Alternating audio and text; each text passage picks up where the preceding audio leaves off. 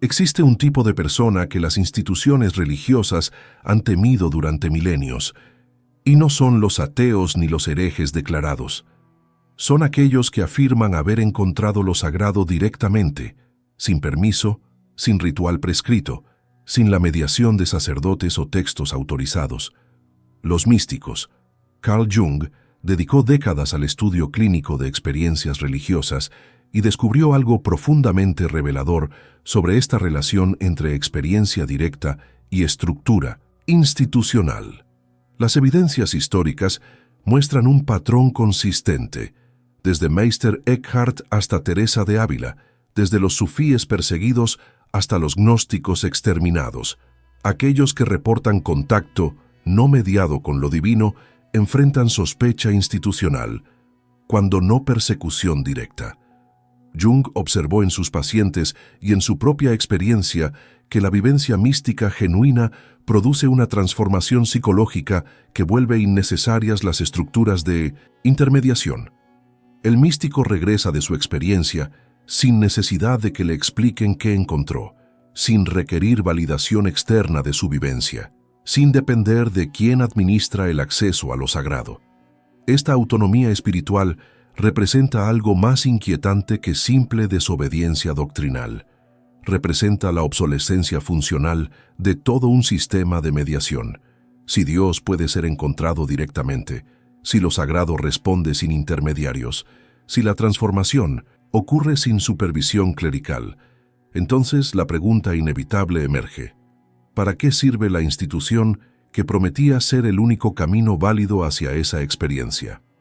Jung comprendió que no se trata de conflicto teológico abstracto, sino de una amenaza existencial a estructuras de poder que dependen fundamentalmente de controlar el acceso a lo que los místicos afirman haber encontrado por cuenta propia.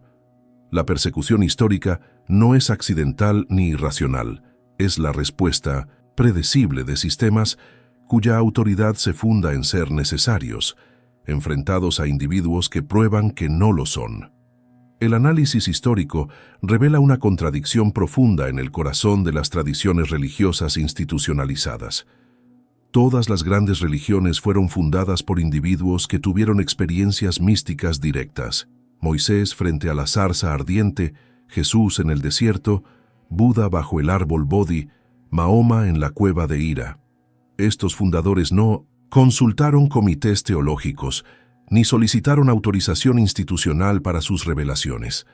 Experimentaron lo sagrado sin intermediarios, y desde esa experiencia directa emergieron nuevas corrientes espirituales. Sin embargo, paradójicamente, las instituciones que luego se construyeron en torno a estas figuras desarrollaron sistemas elaborados precisamente para prevenir que otros tengan el mismo tipo de experiencia no mediada que tuvieron los fundadores. Las iglesias, templos y mezquitas se convirtieron en guardianes celosos del acceso a lo divino, estableciendo que la experiencia religiosa legítima debe ocurrir dentro de marcos rituales específicos, bajo supervisión clerical, validada por autoridades doctrinales. Jung documentó este patrón en múltiples tradiciones y notó que no se trata de preservar la pureza de la enseñanza original, sino de algo psicológicamente más profundo: el control institucional sobre la experiencia transformadora. Cuando un místico medieval como Meister Eckhart predicaba que cada persona puede experimentar la unión directa con lo divino sin mediación sacerdotal, la respuesta institucional fue inmediata y severa. Sus sermones fueron condenados, su enseñanza prohibida, su memoria manchada por siglos. Cuando Teresa de Ávila describía sus experiencias extáticas directas de lo sagrado, la Inquisición investigó durante años si sus visiones eran auténticas o demoníacas, un escrutinio diseñado para recordarle que incluso sus experiencias más íntimas requerían validación institucional. Los sufíes islámicos que hablaban de experiencia directa de Alá fueron ejecutados por blasfemia, acusados de eliminar la necesaria mediación profética. Los gnósticos cristianos primitivos, que enfatizaban el conocimiento directo sobre la fe mediada, fueron sistemáticamente exterminados como herejía peligrosa. El patrón se repite con consistencia inquietante. La experiencia mística genuina produce individuos que ya no necesitan que les digan cómo acceder a lo sagrado, y las estructuras que administran ese acceso responden a esta autonomía como amenaza existencial. Jung observó que este conflicto no es sobre doctrina abstracta, sino sobre algo mucho más tangible: poder, autoridad y control sobre la dimensión espiritual de la existencia humana. Las instituciones religiosas construyen elaborados sistemas de mediación, jerarquías de acceso, requisitos, rituales y doctrinales, precisamente porque su relevancia depende de ser necesarias para el encuentro con lo divino. El místico que regresa de su experiencia directa y proclama que encontró a Dios sin intermediarios, no solo desafía la teología institucional, demuestra empíricamente que todo el sistema de mediación es prescindible. En 1937, Carl Jung recibió en su consulta de Küsnacht a una paciente profundamente angustiada que presentaba un conflicto inusual. No sufría de los complejos neuróticos habituales ni de crisis matrimoniales típicas de la época. Su tormento era de naturaleza espiritual. Había experimentado lo que describía como encuentro directo con lo sagrado durante una crisis personal. Una vivencia transformadora que disolvió años de depresión y le otorgó claridad existencial profunda. Pero cuando intentó compartir esta experiencia con su director espiritual, un sacerdote respetado de Zúrich, la respuesta fue alarmante. Le advirtieron sobre peligros del orgullo espiritual. Le prescribieron mayor obediencia a prácticas rituales establecidas. Le sugirieron que su experiencia podría ser de origen dudoso. La paciente llegó a Jung no preguntando si su experiencia había sido real, eso lo sabía con certeza, sino por qué la institución religiosa a la que había pertenecido toda su vida respondía con sospecha y control a algo que ella vivió como profundamente sagrado. Jung reconoció inmediatamente el patrón. Llevaba décadas estudiando experiencias religiosas directas, primero en su trabajo en el hospital Burghölzli, analizando pacientes con vivencias visionarias, luego en su ruptura con Freud precisamente sobre la naturaleza de la experiencia religiosa, y finalmente en su propia confrontación con el inconsciente que documentó en el Libro Rojo. Él mismo había experimentado el conflicto entre vivencia directa de dimensiones arquetípicas y las estructuras religiosas que intentan contener y controlar tales experiencias. Jung había observado que la Iglesia católica de su época y las instituciones protestantes igualmente mantenían relación profundamente ambivalente con la experiencia mística genuina. Oficialmente, la veneraban cuando ocurría en santos certificados del pasado distante, pero la trataban con extrema sospecha cuando emergía en individuos contemporáneos. Había estudiado casos de Santa Teresa y San Juan de la Cruz, notando que incluso estas figuras canonizadas enfrentaron investigaciones inquisitoriales exhaustivas durante sus vidas. La santidad era más segura póstuma que presente. Esta paciente representaba algo que Jung había teorizado extensamente: el individuo que experimenta lo luminoso directamente y luego enfrenta la respuesta institucional que intenta recontener esa experiencia dentro de marcos controlables. Jung comprendió que su tarea no era validar o invalidar la experiencia mística de la paciente, eso estaba fuera de su competencia como psiquiatra, sino ayudarla a entender la dinámica psicológica subyacente en la respuesta institucional que había encontrado. ¿Por qué las estructuras religiosas responden defensivamente ante la autonomía espiritual? Lo que descubrió en este análisis y en décadas de trabajo con experiencias religiosas revelaría algo inquietante sobre la naturaleza del poder institucional y su relación con la transformación individual genuina. Jung comenzó explicando a su paciente una distinción fundamental que había desarrollado a través de años de práctica clínica: la diferencia entre religión como sistema de creencias institucionalizadas y experiencia religiosa como encuentro directo con lo luminoso. El término luminoso, que Jung adoptó del teólogo Rudolf Otto, describía experiencias de lo sagrado que producen simultáneamente fascinación y terror, atracción y sobrecogimiento, una cualidad que trasciende la mera creencia intelectual. Las instituciones religiosas, observó Jung, operan fundamentalmente en el nivel de la creencia, el dogma, el ritual prescrito. Requieren fe en proposiciones doctrinales, obediencia a estructuras de autoridad, participación en prácticas estandarizadas. La experiencia mística genuina, en contraste, opera en dimensión completamente diferente. No requiere fe porque se basa en encuentro directo. No solicita creencia porque produce conocimiento experiencial. El místico no cree en Dios de la misma manera que el creyente institucional. El místico ha experimentado algo que identifica como divino, y esa experiencia transforma fundamentalmente su relación con lo sagrado. Jung documentó en sus notas clínicas que esta distinción creaba tensión inevitable. Las instituciones religiosas están construidas sobre la necesidad de fe, de creencia sostenida en ausencia de experiencia directa.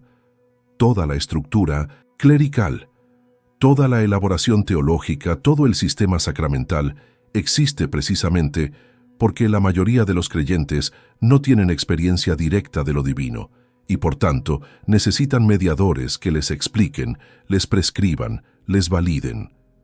El místico que regresa de su experiencia directa ya no opera en este marco. No necesita que le expliquen lo que experimentó. No requiere validación externa de su vivencia. No depende de intermediarios para acceder nuevamente a esa dimensión. Esta autonomía es percibida institucionalmente como amenaza, porque demuestra que el sistema completo de mediación es prescindible. Jung utilizó casos históricos específicos para ilustrar el patrón. Meister Eckhart, dominico alemán del siglo XIV, predicaba que el alma puede experimentar unión directa con lo divino sin intermediarios. Sus sermones enfatizaban que cada persona contiene una chispa divina, lo que llamaba Funkeln, que permite acceso no mediado a Dios. La respuesta papal fue condenar 28 proposiciones de sus enseñanzas como heréticas, no porque contradijera doctrina fundamental sobre la naturaleza de Dios, sino porque su enseñanza hacía innecesaria la mediación sacerdotal. Si cada alma puede experimentar lo divino directamente a través de su propia chispa interior, ¿para qué sirve la jerarquía eclesiástica completa? Jung notó que las acusaciones contra Eckhart no cuestionaban su santidad personal, ni la autenticidad de su experiencia, cuestionaban las implicaciones de democratizar el acceso a lo sagrado. Teresa de Ávila enfrentó escrutinio similar. Cuando describía sus experiencias de unión mística en el castillo interior, presentaba un mapa detallado de estados interiores que cualquier persona podría potencialmente atravesar sin supervisión clerical directa. La Inquisición investigó sus escritos durante años, no porque dudaran que sus experiencias fueran auténticas, sino porque el modelo que presentaba sugería que la experiencia mística profunda era alcanzable fuera de estructuras institucionales rígidas. Teresa tuvo que elaborar complejas justificaciones sobre obediencia eclesiástica y sometimiento a confesores para que sus escritos fueran considerados ortodoxos.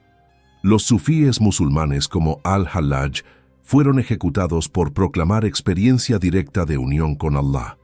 Su famosa declaración Ana al-Haq, yo soy la verdad o yo soy Dios, fue interpretada como blasfemia no porque negara a Dios, sino porque afirmaba experiencia de unión tan directa que eliminaba la distancia necesaria entre creyente y divino, distancia que toda la estructura de mediación religiosa requiere para justificar su existencia. Jung observó que el patrón trascendía tradiciones específicas. Cada institución religiosa desarrollaba mecanismos para controlar y contener la experiencia mística, reconociendo implícitamente que la experiencia directa descontrolada representa amenaza a la autoridad institucional. Jung profundizó en las dimensiones psicológicas subyacentes de este conflicto, mostrando a su paciente que no se trataba simplemente de política eclesiástica, sino de dinámicas arquetípicas profundas operando en el inconsciente colectivo.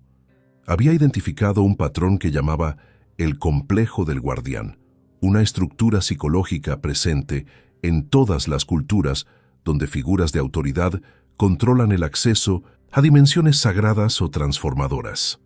Este complejo no era invención consciente de instituciones maliciosas, sino expresión de arquetipos profundamente arraigados sobre orden, jerarquía y mediación de lo luminoso. En mitologías de prácticamente todas las culturas, Jung encontraba figuras guardianas que controlan el acceso a reinos sagrados, Cerbero guardando las puertas del Hades, San Pedro con las llaves del cielo, ángeles con espadas flamígeras bloqueando el regreso al Edén. Estos símbolos expresaban algo psicológicamente significativo, la experiencia de lo sagrado como algo que requiere permiso, preparación, mediación autorizada. Las instituciones religiosas encarnaban este arquetipo del guardián en forma literal, estableciéndose como necesarios intermediarios entre lo humano y lo divino. Jung explicaba que este papel de guardián cumplía funciones psicológicas legítimas. No todos los individuos están preparados para encuentros directos con lo luminoso. La experiencia mística genuina puede ser psicológicamente desestabilizadora, incluso peligrosa para egos frágiles o personalidades no integradas.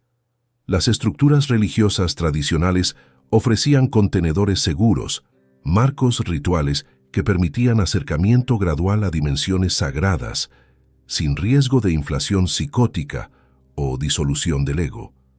El problema emergía cuando estas estructuras protectoras se transformaban en sistemas de control que no solo mediaban el acceso a lo sagrado, sino que monopolizaban completamente ese acceso, negando legitimidad a cualquier experiencia que ocurriera fuera de sus marcos autorizados. Jung observó que las instituciones religiosas habían desarrollado elaboradas teologías de mediación. En catolicismo, la doctrina de sucesión apostólica establecía que solo sacerdotes ordenados podían administrar sacramentos válidos, solo ellos podían consagrar el pan y el vino, solo ellos podían absolver pecados. Esta teología no era arbitraria, creaba dependencia estructural. El creyente necesitaba la institución para acceder a gracia divina. El protestantismo había intentado reformar esta mediación, pero había creado sus propias versiones. La sola escritura establecía que solo interpretación correcta de textos bíblicos autorizados conducía a verdad espiritual, requiriendo pastores educados que mediaran el significado correcto. Cada tradición desarrollaba sus propios mecanismos para asegurar que el acceso a lo divino fluyera a través de canales institucionales controlados. El místico representaba cortocircuito de todo este sistema. Cuando alguien reportaba experiencia directa de lo sagrado, sin haber seguido los protocolos prescritos, sin mediación clerical, sin validación institucional, desafiaba implícitamente la teología completa de mediación necesaria. Jung notó que las instituciones no podían simplemente ignorar estas experiencias porque los místicos frecuentemente exhibían transformaciones genuinas, sabiduría profunda, capacidad de inspirar a otros. La santidad era visible y esto creaba problema. Si la transformación espiritual genuina podía ocurrir fuera de marcos institucionales, ¿qué justificaba la existencia de esos marcos? La respuesta institucional típica era cooptar o condenar. Los místicos que aceptaban someterse a autoridad eclesiástica, que enmarcaban sus experiencias en lenguaje doctrinalmente aceptable, que reconocían la necesidad de validación institucional, podían eventualmente ser canonizados, aunque usualmente solo después de muertos, cuando ya no representaban amenaza a estructuras de poder presentes.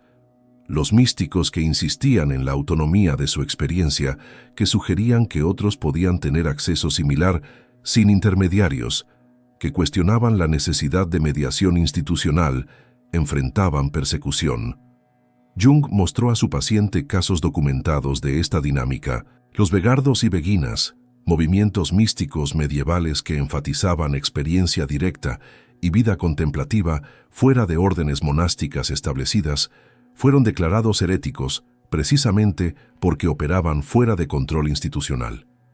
Los alumbrados españoles, que practicaban oración contemplativa directa, sin mediación clerical prescrita, fueron perseguidos por la Inquisición.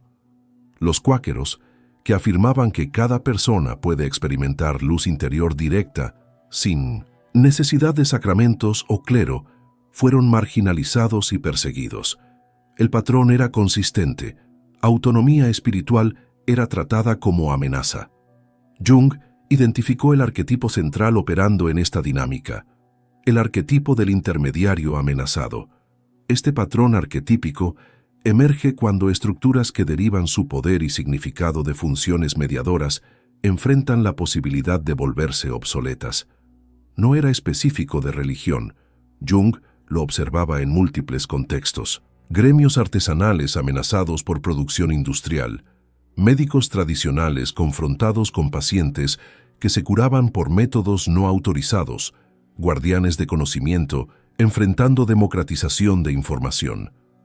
El patrón psicológico subyacente era idéntico. Quienes construyeron identidad y autoridad alrededor de ser necesarios intermediarios responden con hostilidad defensiva ante cualquier demostración de que la intermediación no es necesaria. En el contexto religioso, este arquetipo operaba con particular intensidad porque lo que estaba en juego no era simplemente conocimiento técnico o habilidad práctica, sino la salvación misma, el significado último de la existencia. Las instituciones religiosas habían construido teologías completas, estableciendo que sin sus sacramentos, sin su mediación, sin su autorización, el acceso a lo divino era imposible, o al menos extremadamente peligroso. Esto creaba dependencia psicológica profunda. Los creyentes interiorizaban la creencia de que eran incapaces de relacionarse con lo sagrado directamente, que requerían intermediarios especializados, que la experiencia espiritual sin supervisión institucional era ilegítima o incluso demoníaca. Jung había observado en su práctica clínica cómo esta interiorización creaba lo que llamaba inflación negativa, una devaluación del propio potencial espiritual, donde individuos se creían inherentemente incapaces de experiencia directa de lo luminoso. Esta creencia no era accidental, sino cuidadosamente cultivada por instituciones que dependían de ella para su relevancia. El místico desafiaba esta narrativa no con argumentos teológicos, sino con testimonio experiencial. Proclamaba: «Yo encontré lo sagrado directamente, sin intermediarios, y la experiencia fue transformadora y auténtica». Este testimonio era más peligroso que cualquier herejía doctrinal porque no podía ser refutado teológicamente. La institución no podía argumentar que la experiencia no había ocurrido. Solo podía cuestionar su legitimidad o interpretación. Jung mostró documentos históricos reveladores. En procesos inquisitoriales contra místicos, las preguntas no eran sobre si la persona había experimentado algo extraordinario, eso frecuentemente era evidente, sino sobre la fuente y autoridad de esa experiencia. ¿Había buscado permiso eclesiástico antes de sus prácticas contemplativas? ¿Había sometido sus experiencias a evaluación clerical? Reconocía que solo la Iglesia podía validar si sus experiencias eran de origen divino o demoníaco. Las respuestas a estas preguntas determinaban si el místico sería eventualmente canonizado o ejecutado. Santa Juana de Arco fue quemada en la hoguera precisamente porque afirmaba recibir revelaciones directas de voces celestiales sin mediación clerical. Cuando los inquisidores preguntaban por qué no consultaba con sacerdotes sobre la naturaleza de sus voces, ella respondía que sabía directamente que eran divinas, no necesitaba intermediarios para confirmar lo que experimentaba con certeza. Esta autonomía espiritual era exactamente lo que la institución no podía tolerar. Siglos después, fue canonizada, pero solo cuando su historia ya no representaba amenaza a estructuras de autoridad eclesiástica. Jung explicó que el arquetipo del intermediario amenazado se manifestaba en patrones de control específicos. Instituciones desarrollaban elaborados criterios para discernir experiencias místicas auténticas de falsas. Pero estos criterios invariablemente incluían sumisión a autoridad institucional como requisito de autenticidad. Una experiencia mística era considerada genuina si la persona permanecía obediente a estructuras eclesiásticas, si sometía su experiencia a interpretación clerical autorizada, si reconocía que la institución tenía autoridad final sobre el significado de su propia experiencia interior. Esta lógica circular aseguraba que incluso experiencias místicas auténticas fueran contenidas dentro de marcos institucionales. Los místicos que resistían esta contención, que insistían en que su experiencia directa tenía autoridad propia, eran clasificados como orgullosos, ilusos o endemoniados. Jung observó la ironía profunda. Instituciones fundadas sobre experiencias místicas de sus fundadores ahora definían experiencia mística genuina como aquella que se sometía a control institucional. Los fundadores originales, Jesús, Buda, Mahoma, nunca habían buscado tal validación externa, nunca habían sometido sus revelaciones a comités de autorización, pero las instituciones construidas en su nombre ahora requerían exactamente eso de cualquiera que afirmara experiencia similar. El arquetipo revelaba su lógica. El poder institucional requiere monopolizar el acceso a lo que los místicos afirman encontrar directamente. Jung profundizó en las implicaciones psicológicas de esta dinámica para la evolución de la conciencia humana. Observó que la tensión entre experiencia mística directa y religión institucional no era simplemente conflicto histórico, sino expresión de proceso psicológico fundamental que llamaba individuación, el desarrollo de conciencia individual autónoma frente a identificación colectiva. Las instituciones religiosas operaban fundamentalmente en nivel de conciencia colectiva, ofrecían identidad grupal, pertenencia, marcos compartidos de significado. El creyente se definía por participación en comunidad de fe, aceptación de creencias compartidas, sumisión a autoridades reconocidas colectivamente. Esta forma de religiosidad cumplía funciones psicológicas importantes, especialmente en etapas tempranas de desarrollo individual y cultural. Proporcionaba contención, estructura, significado heredado que evitaba el vértigo existencial de tener que construir significado completamente desde cero.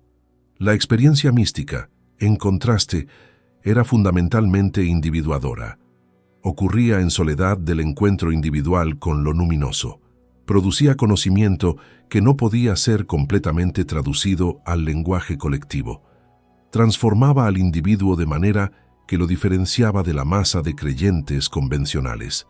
El místico regresaba de su experiencia con autoridad interior que ya no dependía completamente de validación externa. Esta autoridad interior representaba amenaza al orden colectivo porque sugería que el significado último no requería consenso social ni validación institucional. Jung había teorizado que el proceso de individuación inevitablemente creaba tensión con colectividad. El individuo que se diferenciaba genuinamente de identificaciones colectivas era percibido como amenaza por estructuras que dependían de conformidad. En contexto religioso, esta tensión era particularmente aguda porque las instituciones religiosas no solo administraban aspectos externos de la vida, sino que reclamaban autoridad sobre la dimensión más íntima de la existencia. La relación del individuo con lo sagrado, con el significado último, con lo que Jung llamaba el self. Cuando el místico afirmaba experiencia directa del self sin mediación institucional, desafiaba el monopolio de la institución sobre esta dimensión fundamental. Jung utilizó su propio concepto de proyección para analizar la dinámica institucional. Las instituciones religiosas funcionaban como receptáculos de proyecciones colectivas. Los creyentes proyectaban en la iglesia, en el sacerdote, en los sacramentos, capacidades y poderes que en realidad residían potencialmente en su propia psique. Esta proyección creaba dependencia psicológica. El individuo se sentía incompleto sin la institución, incapaz de acceder a lo sagrado por medios propios. La experiencia mística genuina implicaba retiro de proyecciones, reconocimiento de que la capacidad de experiencia religiosa directa residía en la propia psique. Este proceso de retirar proyecciones era psicológicamente desafiante porque requería asumir responsabilidad por la propia vida espiritual, pero era también esencial para individuación genuina. Jung observó que las instituciones religiosas tenían interés psicológico en mantener proyecciones activas. Mientras los creyentes proyectaran su potencial espiritual en estructuras externas, permanecerían dependientes de esas estructuras. El místico que retiraba proyecciones y reconocía su propia capacidad de experiencia directa amenazaba este sistema de dependencia. No era que los místicos fueran necesariamente antiinstitucionales por ideología, sino que el proceso mismo de individuación espiritual genuina llevaba naturalmente a autonomía que la institución percibía como desafío. Jung documentó casos donde instituciones habían desarrollado sofisticados mecanismos para neutralizar esta amenaza sin recurrir a persecución abierta. Uno era la canonización selectiva, reconocer místicos que habían muerto hacía siglos como santos oficiales, pero mantener extrema sospecha sobre experiencias místicas contemporáneas. Esto permitía a la institución apropiarse del prestigio asociado con misticismo mientras mantenía control sobre experiencia mística viva. Otro mecanismo era exigir que místicos pertenecieran a órdenes religiosas establecidas y se sometieran a autoridad de confesores y directores espirituales que mediaban y controlaban sus experiencias. Teresa de Ávila y Juan de la Cruz, por ejemplo, eran místicos auténticos, pero habían navegado cuidadosamente las estructuras institucionales, expresando sumisión formal a autoridad eclesiástica, incluso mientras describían experiencias que trascendían cualquier mediación. Un tercer mecanismo era la psicologización reductiva. Etiquetar experiencias místicas que ocurrían fuera de marcos aprobados como patologías mentales, ilusiones o manifestaciones de orgullo espiritual. Jung había observado cómo este lenguaje patologizante se usaba para desacreditar experiencias que amenazaban autoridad institucional, clasificando como enfermas precisamente aquellas experiencias que el individuo vivía como más significativas y transformadoras. Esta estrategia era particularmente efectiva en era moderna, donde autoridad psiquiátrica había reemplazado parcialmente a autoridad religiosa como árbitro de normalidad. Jung reveló a su paciente la dimensión más inquietante de esta dinámica. Las instituciones religiosas no solo temían perder autoridad externa sobre los creyentes, temían algo psicológicamente más profundo: que la experiencia mística masiva disolviera las proyecciones colectivas que mantenían cohesión social y permitían a las instituciones funcionar como contenedores de ansiedad existencial. Este concepto requería explicación cuidadosa. Jung había observado que las sociedades humanas desarrollan instituciones que funcionan como depositarias de ansiedades colectivas. Las religiones institucionalizadas cumplían particularmente esta función. Contenían el terror ante la muerte, la ansiedad sobre significado y propósito, el miedo a caos y sinsentido. Lo hacían ofreciendo narrativas definitivas sobre origen y destino, prescribiendo rituales que creaban sensación de control sobre fuerzas incomprensibles, estableciendo jerarquías claras que proporcionaban orden frente a incertidumbre. Esta función contenedora era genuinamente valiosa psicológicamente. Sin estructuras que contengan ansiedad existencial, muchos individuos experimentarían lo que los existencialistas llamaban angustia, el vértigo de libertad absoluta y falta de significado inherente. Las instituciones religiosas ofrecían salvación de esta angustia, respondían las grandes preguntas, prescribían cómo vivir, prometían continuidad más allá de la muerte. El creyente que aceptaba estas narrativas y se sometía a estas estructuras experimentaba alivio de ansiedad existencial. El místico amenazaba este sistema de contención no porque negara la existencia de lo sagrado, sino porque lo encontraba por medios que no requerían las estructuras contenedoras institucionales. Peor aún, el místico típicamente regresaba de su experiencia con mensajes perturbadores, que lo divino era más vasto y menos antropomórfico de lo que las doctrinas institucionales sugerían, que el camino espiritual requería confrontación con caos y disolución de certezas, que la transformación genuina implicaba atravesar precisamente la angustia que las instituciones prometían evitar.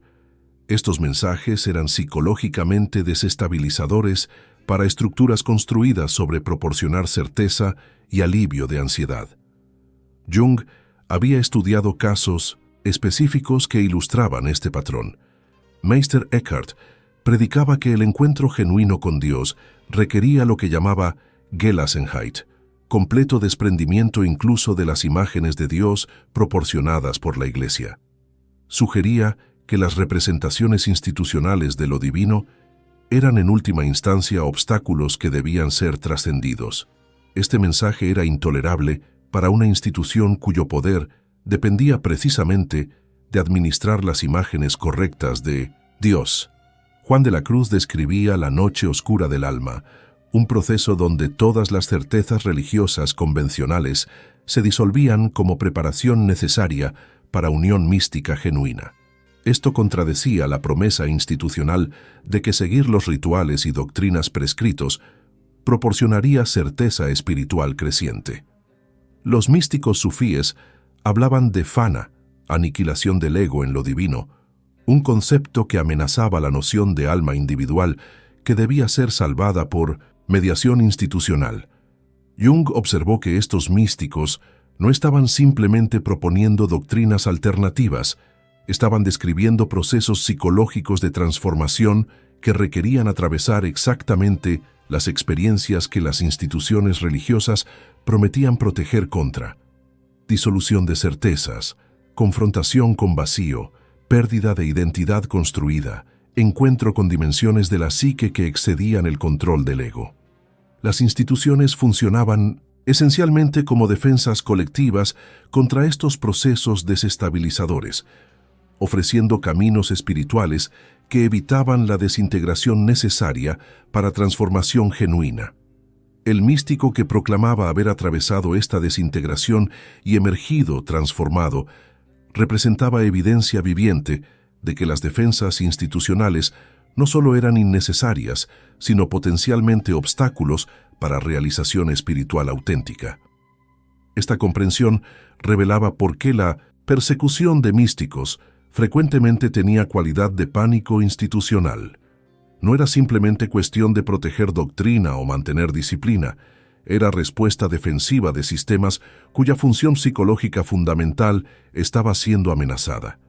Si los místicos tenían razón, si el camino genuino hacia lo sagrado requería precisamente atravesar las experiencias que las instituciones prometían evitar, entonces toda la estructura de mediación no solo era innecesaria, sino contraproducente.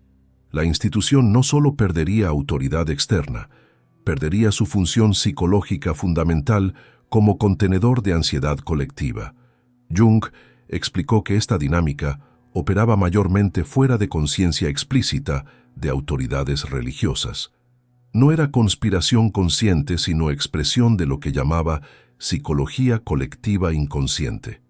Las instituciones desarrollaban mecanismos de defensa contra amenazas a su función psicológica de manera análoga a cómo individuos desarrollan defensas contra amenazas al ego.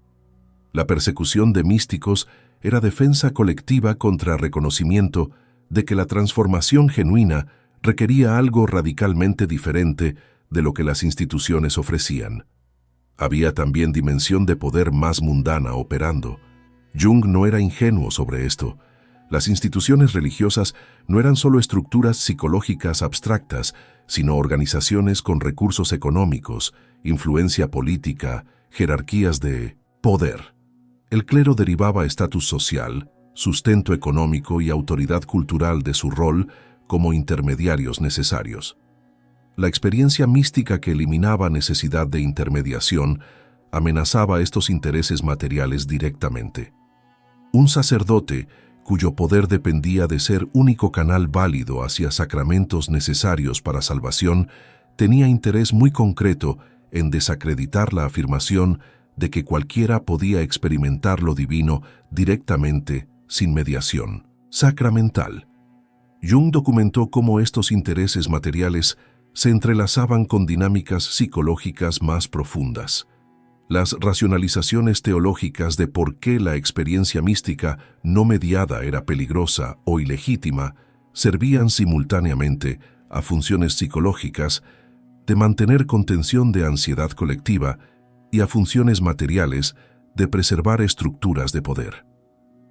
Los inquisidores que interrogaban místicos probablemente creían genuinamente que protegían a los fieles de error espiritual peligroso, mientras simultáneamente protegían su propio estatus como guardianes autorizados de verdad religiosa.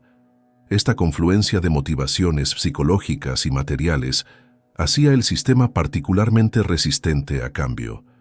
Jung mostró a su paciente documentos reveladores de procesos inquisitoriales donde esta dinámica era visible. Místicos eran acusados de sembrar confusión entre los fieles, de socavar respeto a autoridad eclesiástica, de crear desorden en la jerarquía establecida. Estas acusaciones no eran sobre herejía doctrinal abstracta, sino sobre amenaza concreta a orden social y religioso que beneficiaba a quienes ocupaban posiciones de autoridad. El místico que inspiraba a otros a buscar experiencia directa estaba efectivamente creando competencia para el monopolio institucional sobre lo sagrado. Jung profundizó en cómo las instituciones religiosas habían desarrollado elaboradas narrativas teológicas para justificar y encubrir esta dinámica de control. Estas narrativas no eran simplemente engaños cínicos, sino racionalizaciones que las propias autoridades religiosas habían llegado a creer. Un proceso que Jung llamaba inflación institucional, donde las estructuras se identificaban completamente con lo sagrado que supuestamente mediaban. La narrativa teológica central era que la experiencia mística sin mediación institucional era espiritualmente peligrosa. Las instituciones argumentaban que individuos sin entrenamiento teológico adecuado, sin guía de autoridades espirituales experimentadas, sin protección de doctrina establecida, corrían riesgo de ser engañados por ilusiones, de confundir experiencias psicológicas con revelación divina, o peor, de ser infiltrados por fuerzas demoníacas disfrazadas de luz. Esta narrativa contenía elemento de verdad parcial que la hacía persuasiva. Jung reconocía que la experiencia de lo luminoso podía efectivamente ser psicológicamente desestabilizadora, que no todos los individuos estaban preparados para encuentros directos con dimensiones arquetípicas del inconsciente, que distinguir entre experiencia mística genuina e inflación psicótica requería discernimiento considerable. El problema era que las instituciones usaban estos peligros reales para justificar monopolio completo sobre experiencia espiritual válida. La lógica institucional establecía que solo dentro de marcos autorizados, con supervisión clerical, siguiendo protocolos establecidos, la experiencia mística podía ser segura y auténtica. Esto convertía a la institución en juez final de autenticidad de experiencias que por definición trascendían cualquier marco institucional. Era lógica circular que aseguraba que toda experiencia genuina de lo sagrado terminara atribuida a mediación institucional, incluso cuando ocurría claramente fuera de ella. Santa Teresa podía tener experiencias extáticas, pero la Iglesia las atribuía a su obediencia a confesores y su participación en sacramentos, no a su práctica contemplativa personal, que era lo que efectivamente había producido las experiencias. Jung había observado otro encubrimiento teológico crucial: la doctrina de gracia mediada exclusivamente por sacramentos administrados por clero ordenado. Esta doctrina establecía que Dios había elegido trabajar a través de canales institucionales específicos, que la gracia divina fluía primariamente, si no exclusivamente a través de estos canales autorizados. Cualquier experiencia espiritual significativa fuera de estos canales era sospechosa por definición. Esta teología no solo justificaba el monopolio institucional, sino que lo presentaba como voluntad divina misma. Cuestionar la necesidad de mediación institucional se convertía en cuestionar el orden establecido por Dios. Las instituciones también desarrollaron lo que Jung llamaba mística domesticada, versiones controladas de experiencia espiritual profunda que ocurrían dentro de marcos institucionales seguros. Retiros estructurados, ejercicios espirituales prescritos, prácticas contemplativas bajo supervisión, devoción a santos canonizados. Estas formas permitían a creyentes experimentar algo de profundidad espiritual mientras mantenían control institucional sobre el proceso. Era válvula de escape que reconocía necesidad humana de experiencia más profunda que simple observancia ritual, pero canalizaba esa necesidad en formas que no amenazaban autoridad institucional. Jung documentó cómo esta domesticación funcionaba en la práctica. Los ejercicios espirituales de Ignacio de Loyola, por ejemplo, ofrecían experiencias contemplativas intensas, pero estrictamente estructuradas, diseñadas para producir resultados específicos y predecibles. Mayor obediencia a la Iglesia, confirmación de doctrinas establecidas, fortalecimiento de compromiso institucional. Contrastaba dramáticamente con experiencia mística que Jung encontraba en figuras como Jacob Böhme, zapatero alemán que tuvo visiones espontáneas no mediadas que lo llevaron a cuestionar doctrinas establecidas y desarrollar cosmovisión espiritual altamente individual. Böhme fue denunciado como hereje precisamente porque su experiencia mística no había sido domesticada institucionalmente. El encubrimiento también operaba a través de control narrativo sobre historia religiosa. Las instituciones seleccionaban cuidadosamente qué místicos del pasado eran recordados y cómo eran presentados. Místicos que eventualmente fueron canonizados eran presentados como ejemplos de obediencia institucional perfecta, minimizando aspectos de sus experiencias o enseñanzas que habían sido conflictivos con autoridades de su tiempo. Místicos que nunca fueron aceptados institucionalmente eran borrados de memoria colectiva o recordados solo como advertencias sobre peligros de orgullo espiritual y desviación herética. Esta narrativa selectiva creaba falsa impresión de que la experiencia mística genuina siempre había ocurrido en armonía con autoridad institucional. Jung notó particularmente cómo las instituciones reinterpretaban experiencias de sus propios fundadores. Jesús había sido místico judío itinerante que desafiaba autoridades religiosas de su tiempo, que hablaba con autoridad directa sin credenciales rabínicas autorizadas, que afirmaba relación íntima con Dios sin mediación del templo. Pero el cristianismo institucional había transformado esta figura en fundador de nueva jerarquía sacerdotal que requería mediación eclesiástica para salvación. La ironía era profunda. Institución fundada sobre místico, que había desafiado mediación institucional, ahora perseguía místicos que seguían su ejemplo. Jung llegó a la conclusión que transformó la comprensión de su paciente sobre su propia experiencia mística y el rechazo institucional que había enfrentado. El conflicto entre místicos e instituciones religiosas no era sobre teología, doctrinas o interpretaciones bíblicas. Era sobre algo mucho más fundamental: ¿quién tiene autoridad sobre la dimensión espiritual de la existencia humana? Las instituciones religiosas habían construido sistemas elaborados basados en premisa de que ellas, y solo ellas, podían mediar válidamente entre lo humano y lo divino. Los místicos demostraban empíricamente, a través de sus propias transformaciones, que esta premisa era falsa.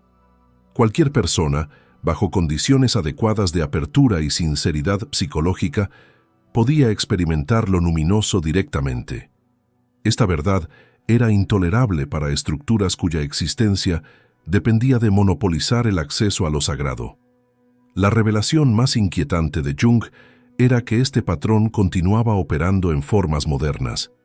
Las instituciones religiosas contemporáneas habían refinado sus métodos de control, usando lenguaje psicológico sobre salud espiritual y madurez emocional para desacreditar experiencias místicas que ocurrían fuera de sus marcos.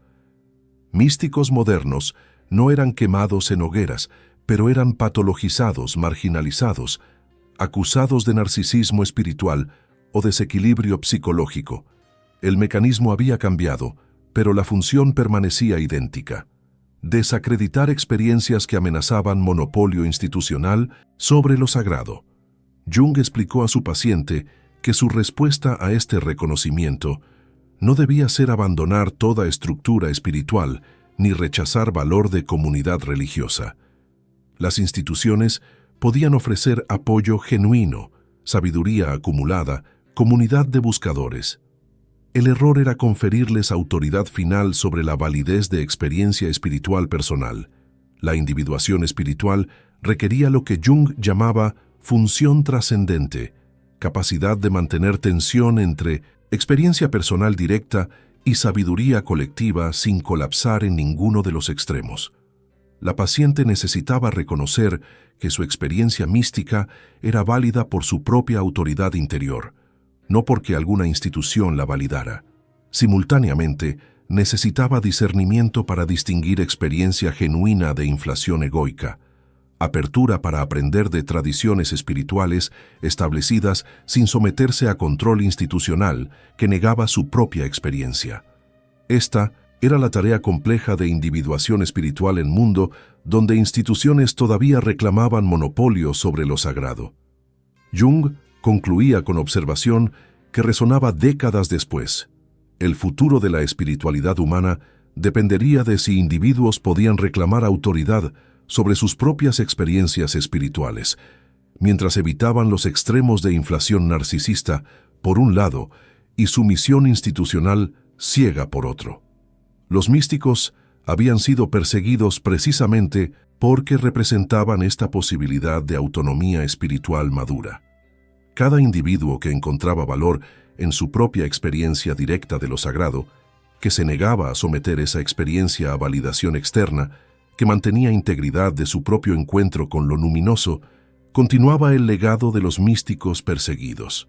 La invitación final era clara y desafiante: reconocer que la capacidad de experiencia religiosa directa reside en cada psique humana, que no requiere permiso institucional, que la transformación genuina emerge del encuentro sincero con las profundidades arquetípicas del propio inconsciente. Las instituciones religiosas seguirían ofreciendo sus servicios de mediación, pero individuos que habían experimentado lo sagrado directamente ya no necesitaban creer que esos servicios eran necesarios. Habían descubierto lo que los místicos siempre supieron: que lo divino responde directamente a quien lo busca con sinceridad, sin requerir intermediarios que cobren peaje por el acceso. Esta verdad siempre fue temida por quienes construyeron imperios sobre mediar lo que nunca necesitó mediación.